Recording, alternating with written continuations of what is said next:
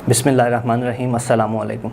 दोस्तों, एक दफ़ा एक दोस्त अपने किसी दूसरे दोस्त के पास एक अमानत रखवाने आया जो कि हज भी कर चुका था और इसके अलावा नमाजी परहेज़ी भी था।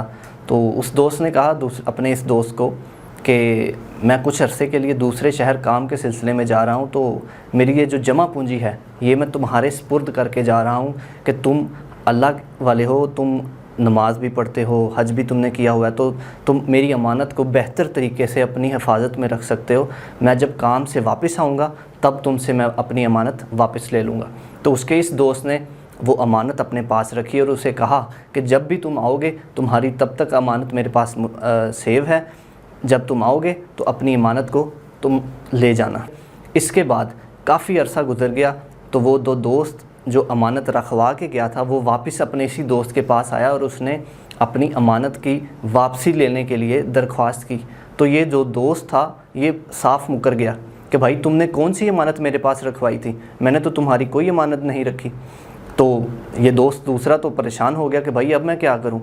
तो यही सना में उस जो दोस्त का जिसने अमानत रखी थी उसका बच्चा छोटा था, वो भी पास खड़े होकर ये बातें सुन रहा था। तो उसने अपने बाप से कहा कि अब्बा जी, आपने ये अमानत तो वाकई रखी थी कुछ साल पहले। ये जो चचा हैं ये कुछ साल पहले हम आपके पास आए थे, तो उन्होंने आपके पास अमानत रखवाई थी और आपने वाकई कहा था कि ये जब तुम वापस आओगे तो अपनी ये अमानत वापस ले जाना, लेकिन अब आप क्यों मुकर रहे हैं। तो ये जो बाप था उस बच्चे का, तो उसने बाकी अपने बच्चों से कहा कि भाई इसको भी हज कराओ जाके, ये हमारी बातें क्यों नहीं कर रहा। दोस्तों, आज का मेरी बात करने का जो मकसद है किसी नमाजी को, किसी हाजी बंदे को, किसी अल्लाह वाले को टारगेट करना नहीं है। ये बात मेरी आपसे दरख्वास्त भी है कि काइंडली इस वीडियो को उस मौजू में ना लीजिएगा।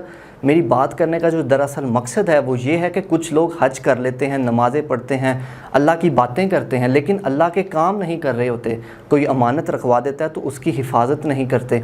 अगर कोई मामलात हैं तो वहाँ पे ख़राबी करते हैं, लोगों के साथ लड़ाई झगड़ा करते हैं। कारोबार है तो वहाँ पे सारा दिन झूठ बोलते हैं और बाद में कहते हैं जी मैं नमाज़ पढ़ के आता हूँ, बाकी का काम दोबारा से शुरू कर लेते हैं।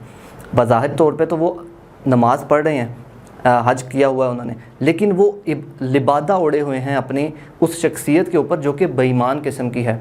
बराए मेहरबानी ऐसे लोगों से बचा जाए, और जो ऐसे लोग हैं उनसे मेरी हाथ जोड़ के दरख्वास्त है कि बराए मेहरबानी अल्लाह का नाम लेके किसी का नुकसान ना करें, किसी को धोखा ना दें, कोई चोरी ना करें या अपने मुंह से कोई गलत अल्फाज ना निकालें।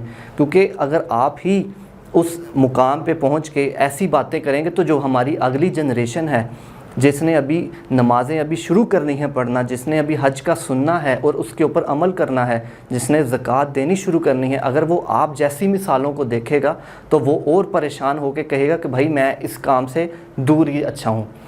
तो बराए मेहरबानी इस मौजू को सीरियस तरीके से लिए जाए, और जो लोग सुन रहे हैं इस वीडियो को, अगर वो अच्छी लगे बात उनको, तो उन लोगों तक ज़रूर पहुंचाएं जो ख़ास तौर पे इस तरह के रवैये अपनाए हुए हैं, जो इस तरह के लोगों को नुकसान पहुंचा रहे हैं। सारा दिन नमाज भी पढ़ते हैं लेकिन बुरी बातें भी करते हैं, लोगों को धोखा भी दे रहे हैं, लोगों के साथ बदकलामी भी करते हैं और अमानत में ख़यानत भी करते हैं।